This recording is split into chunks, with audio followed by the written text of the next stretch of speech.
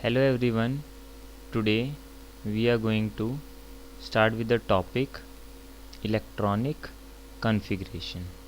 ठीक है, क्योंकि आप में से कुछ बच्चों ने कहा था कि उन्हें इलेक्ट्रॉनिक कॉन्फ़िगरेशन में डाउट है, तो मैं थोड़ा सा आपको इलेक्ट्रॉनिक कॉन्फ़िगरेशन के बारे में बताऊंगा। ठीक है, जो कि आपका चैप्टर स्ट्रक्चर ऑफ एटम का पार्ट है। ठीक है, सो मैं ज़्यादा डिटेल में नहीं जाऊंगा, मैं आपको थोड़ा थोड़ा बता देता हूँ। ठीक है, इलेक्ट्रॉनिक कॉन्फ़िगरेशन, क्योंकि हम पूरा का पूरा चैप्टर स्ट्रक्चर ऑफ एटम में स्टार्टिंग से नहीं बताऊंगा आपको, मैं हल्का सा बता दूंगा कि इलेक्ट्रॉनिक कॉन्फ़िगरेशन समझने के लिए आपको क्या नॉलेज होनी चाहिए। फॉर एग्ज़ाम्पल, सबसे पहले तो आपको पता होना चाहिए बोहर मॉडल के बारे में। ठीक है, बोहर्स मॉडल भी हम पूरा नहीं पढ़ने वाले। बोहर मॉडल में आपको बस इतना पता होना चाहिए कि बोहर ने जब अपना मॉडल दिया तो उसमें उन्होंने कहा कि न्यूक्लियस है और न्यूक्लियस के अराउंड इलेक्ट्रॉन जो है वो फिक्स्ड ऑर्बिट में रिवॉल्व करते हैं। ठीक कुछ ऐसे ही जैसे आपका जो प्लैनेट्स हैं वो सन के अराउंड रिवॉल्व करते हैं। तो ऐसा कहा बोहर ने। ठीक है, बोहर ने इन ऑर्बिट्स को स्टेशनरी स्टेट्स कहा या फिक्स्ड ऑर्बिट्स कहा, कि जैसे अर्थ का सन के अराउंड एक फिक्स ऑर्बिट है, वैसे ही इलेक्ट्रॉन्स का भी न्यूक्लियस के अराउंड फिक्स ऑर्बिट होता है। ठीक है, और इन ऑर्बिट्स को, ठीक है, उन्होंने टर्म दिया ऑर्बिट। आप ऑर्बिट भी बोल सकते हो या इनको आप शेल भी बोल सकते हो। ठीक है, अब बोहर ने नाम दिया शेल्स को KLMN। ठीक है, ऐसे उन्होंने नेमिंग की। ठीक है, इनको उन्होंने एक नंबर भी दिया, जैसे के कॉरस्पॉन्डिंग आपको के को नंबर 1 दिया गया, एल को नंबर 2 दिया गया, एम को जो है एम आपकी शेल उसको नंबर 3 दिया गया, और एन शेल को नंबर 4 दिया गया। ठीक है, यहाँ जो कैपिटल एन है वो कुछ नहीं बट आपका प्रिंसिपल क्वांटम नंबर ही है। ठीक है, यहाँ पर ये आपका प्रिंसिपल क्वांटम नंबर है। तो इतना समझने के बाद अब वहाँ पर जब भी हम इलेक्ट्रॉनिक कॉन्फ़िगरेशन की बात करते हैं, तो अब मैं आपको बताता हूँ ये ऑर्बिट या फिर शेल की टर्म्स में हम इलेक्ट्रॉनिक कॉन्फ़िगरेशन कैसे लिखते हैं, और 9th-10th क्लास में आपने पढ़ा भी होता है कि किस तरह से ये लिखा जाता है। फॉर एग्ज़ाम्पल, अगर मैं सोडियम की बात कर लेता हूँ, ठीक है, तो सोडियम का एटॉमिक नंबर होता है 11। ठीक है, तो अब देखिए यहाँ पर जो एटॉमिक नंबर होता है वो तो है 11। ये एटॉमिक नंबर क्या शो करता है आपको, कि इसमें प्रोटॉन 11 हैं और इलेक्ट्रॉन भी 11 हैं। ठीक है, इलेक्ट्रॉन जो हैं वो भी 11 रहेंगे एज लॉन्ग एज कि सोडियम के ऊपर कोई भी चार्ज ना दिया हो, इसके ऊपर ना एलिमेंट के ऊपर कोई चार्ज ना लगाया हो या कोई साइन ना लगाया हो, तो आपके एटॉमिक नंबर के बराबर ही नंबर ऑफ़ इलेक्ट्रॉन रहेंगे आपका। ठीक है, तो अब 11 जो हैं इसमें इलेक्ट्रॉन है। अब इन 11 इलेक्ट्रॉन्स को भरने के लिए हम यहाँ पर बोहर मॉडल के साथ साथ हम यूज़ करेंगे ऑक्टेट रूल का। ठीक है, सो ऑक्टेट रूल का हम यूज़ करेंगे। ऑक्टेट रूल क्या कहता है, ऑक्टेट रूल कहता है कि 8 इलेक्ट्रॉन भरने हैं आपने। ठीक है, 8 इलेक्ट्रॉन्स आपने भरने हैं। सो हम स्टार्ट करते हैं। देखिए, हाइड्रोजन और हीलियम के लिए तो 2 भरते हैं, पहली ऑर्बिट में 2 इलेक्ट्रॉन्स भरे जाते हैं। ठीक है, और फिर दूसरी ऑर्बिट में आपके 8 होते हैं, फिर तीसरी में भी आपके 8 होते हैं, लाइक दैट ना। तो कहने का मतलब है कि बोहर मॉडल के अकॉर्डिंग कि एक ऑर्बिट में कितने इलेक्ट्रॉन आएंगे वो बताएगा आपका फॉर्मूला 2n²। ठीक है, कैसे, जैसे k का मीनिंग क्या है, k का मतलब है n की वैल्यू है 1, तो k के लिए कितने इलेक्ट्रॉन आ गए आपके, 1 पुट किया तो 2 इलेक्ट्रॉन आ गए। ठीक है, वैसे L में आप निकालें तो n को पुट कर दें 2। अगर मैं n को 2 पुट कर देता हूँ तो ये 2 का स्क्वायर कितना हो गया, 4 एंड 4 2 ज़ा 8। ठीक है, L में कितने हो गए, 8 इलेक्ट्रॉन हो गए। फिर अगला मैं 3 पुट कर देता हूँ M के लिए, तो M में 3 3 ज़ा 9 2 ज़ा 18, तो M में टोटल इलेक्ट्रॉन 18 हो गए, एंड सो ऑन।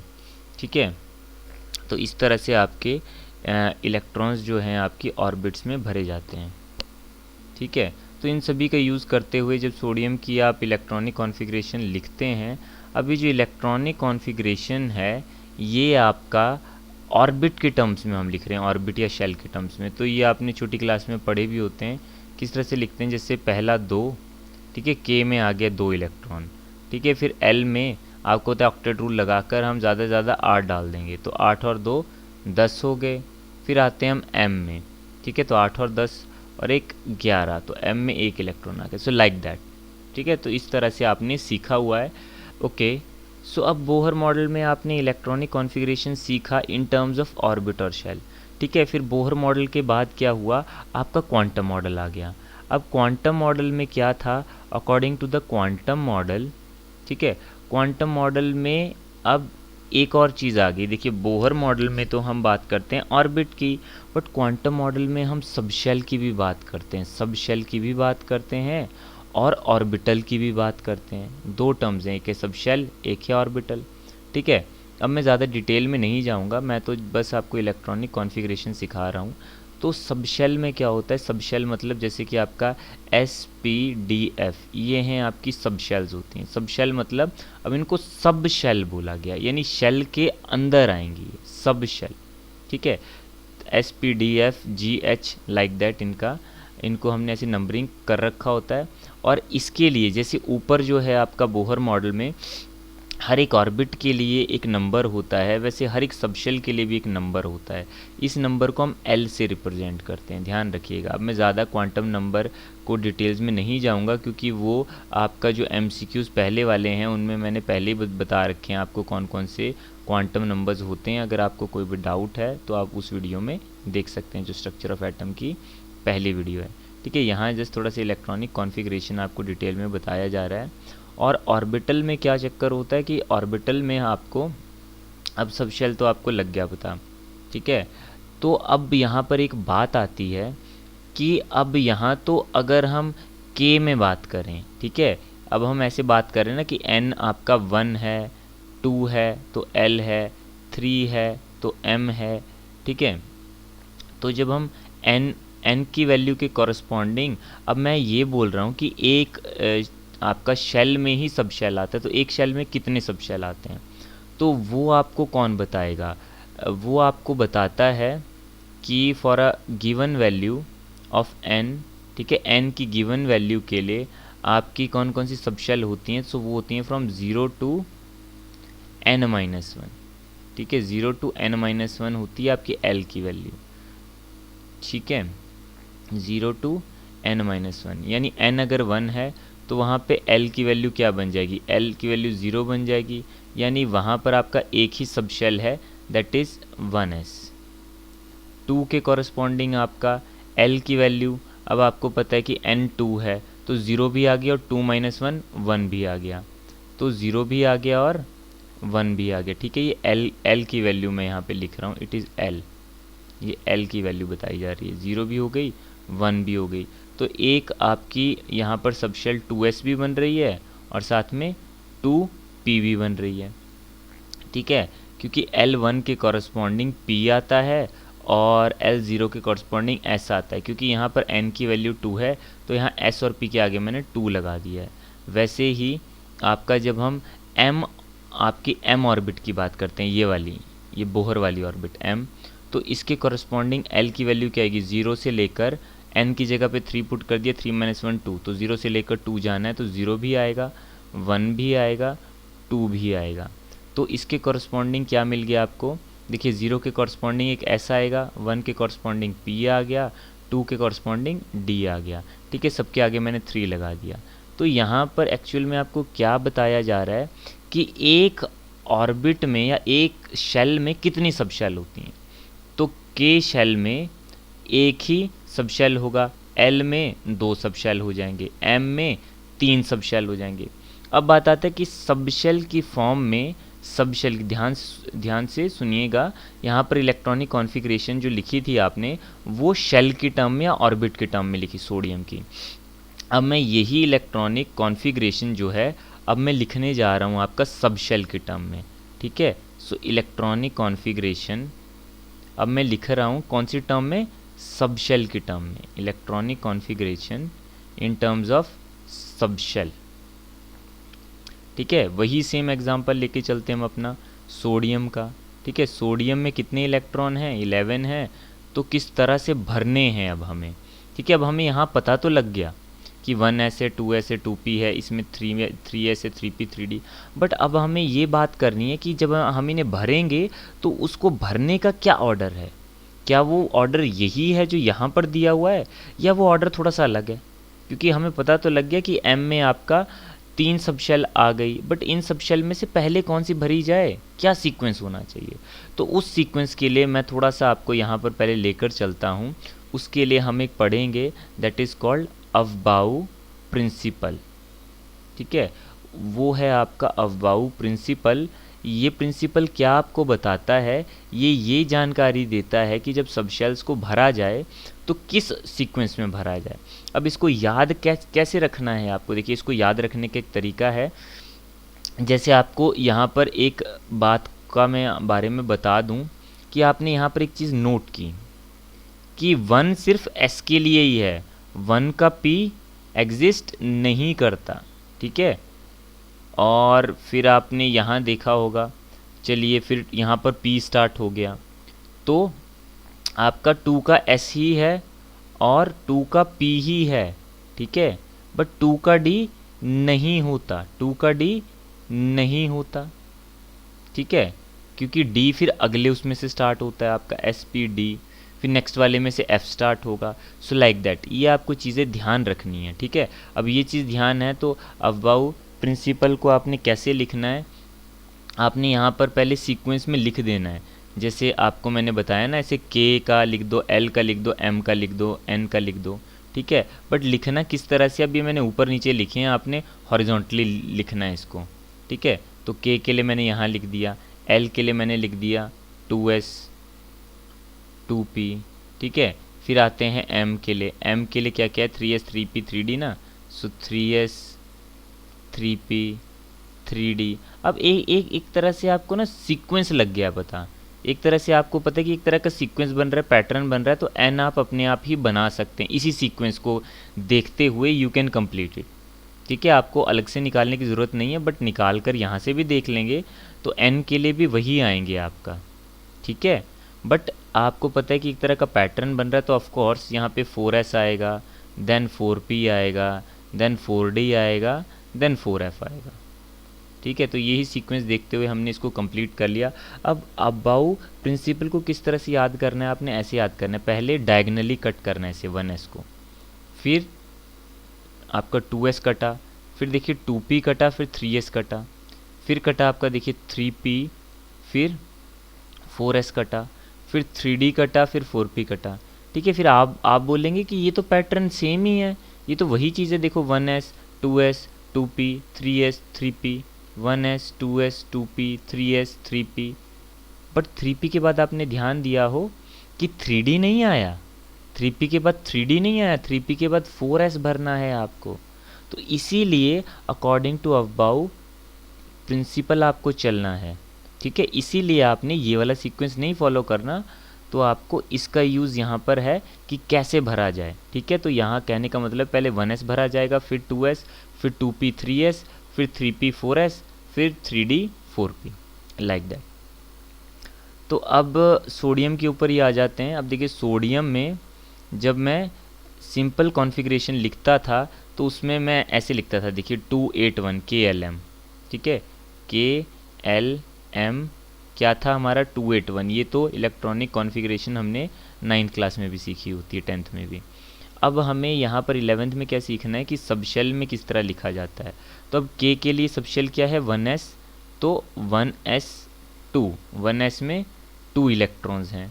ठीक है, और आपका जो है उसके बाद आएगा आपका L में 8 हैं।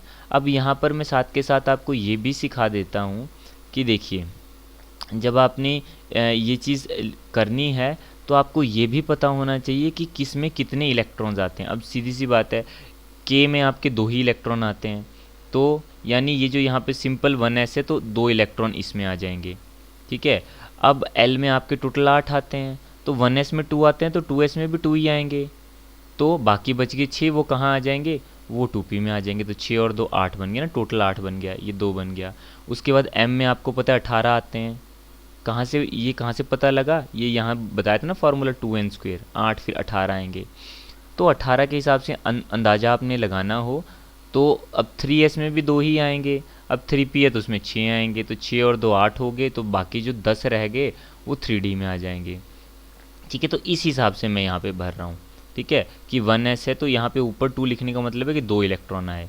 ठीक है, फिर 1s2 के बाद l भरेंगे हम, तो l में अब 2p आएगा, सॉरी 2s आएगा पहले, तो 2s में भी 2 भर दिए हमने। फिर आया आपका 2p, तो ये भर दिया 2p में कितने आते हैं, 6 आते हैं, 2p 6। सो 1s2 2s2 2p 6, 6 2 8 2 10, टोटल कितने करने 11, तो 2p के बाद आएगा 3s, तो वो है 1। ठीक है, इस तरह से आपको इलेक्ट्रॉनिक कॉन्फ़िगरेशन लिखना है in terms of subshell. ठीक है, अब एक आपको कॉन्सेप्ट हल्का सा और बता देते हैं, लास्ट वाला कॉन्सेप्ट है आपका कि अगर आपको ऑर्बिटल फॉर्म में लिखना है, ठीक है, electronic configuration in terms of orbital आपको लिखना है, तो वहाँ पर आपको क्या करना है, वहाँ पर हम थोड़ा सा इसी कॉन्फ़िगरेशन को थोड़ा सा डिटेल में शो करने के लिए हम बॉक्सेस बना देते हैं ऐसे। ठीक है, जहाँ पर एक बॉक्स एक ऑर्बिटल को शो कर रहा है। ठीक है, अब आपको यहाँ पर कॉन्सेप्ट मैंने ऊपर बताया था शेल का, मैंने कहा था शेल में सब शेल होते हैं, तो वैसे ही सब शेल में ऑर्बिटल होते हैं फर्दर। ठीक है, कहने का मतलब है कि सबसे बड़ी चीज़ क्या है, सबसे बड़ा है, अगर आपको एक वेन डायग्राम से इसको समझना हो तो सबसे बड़ा है शेल। ठीक है, शेल के अंदर क्या आता है, शेल के अंदर आता है और आपका सब शेल। ठीक है, अगर आपने 11th क्लास में वेन डायग्राम पढ़ लिया है मैथ्स में, तो अगर उस चीज़ से आपको इसको समझना हो तो शेल के अंदर सब शेल आता है और सब शेल के अंदर ऑर्बिटल आता है। You can understand it like this. ठीक है, तो अब ऑर्बिटल की टर्म्स में, अब ऑर्बिटल की टर्म में इलेक्ट्रॉनिक कॉन्फ़िगरेशन को समझने के लिए आपको पहले मैं एक और प्रिंसिपल के बारे में बताऊंगा, that is Pauli's exclusion principle. Poly exclusion principle क्या बोलता है, पॉली एक्सक्लूजन प्रिंसिपल ये कहता है कि एक ऑर्बिटल में, ठीक है, एक ऑर्बिटल में इन वन ऑर्बिटल, एक ऑर्बिटल में मैक्सिमम 2 ही इलेक्ट्रॉन आएंगे, वन ऑर्बिटल में मैक्सिमम 2 इलेक्ट्रॉन्स आएंगे जिनकी स्पिन क्या होगी, अपोजिट स्पिन के, अपोजिट स्पिन के 2 इलेक्ट्रॉन आएंगे। ठीक है, तो यानी यहाँ पर पॉली एक्सक्लूजन प्रिंसिपल से हमें ये पता लग गया कि आपका एक ऑर्बिटल में 2 इलेक्ट्रॉन आते हैं। ठीक है, और दूसरा है आपका हुंड्स रूल। हुंड्स रूल में क्या करना है हमें, हुंड्स रूल हमें ये बताता है कि हर एक सब शेल को पहले आप हाफ फिल करेंगे। ठीक है, पहले आप उसे हाफ फिल करेंगे, फिर ही आप उसे कंप्लीट फिल करेंगे। मतलब पहले जब आपने भरना है तो आपने पहले सब में एक एक डालना है, हर एक ऑर्बिटल में पहले एक एक इलेक्ट्रॉन डलेगा, फिर अगर एक्स्ट्रा इलेक्ट्रॉन बच जाते हैं तो दोबारा से आप भरेंगे। ऐसा नहीं कि एक ही बारी में आपने एक ही को पूरा भर दिया, नहीं, सबको एक एक करके भरेंगे। तो अब यहाँ पर अगर आप कॉन्सेप्ट को देखें तो पॉली एक्सक्लूजन प्रिंसिपल के अकॉर्डिंग मैक्सिमम 2 ही इलेक्ट्रॉन आते हैं एक ऑर्बिटल में।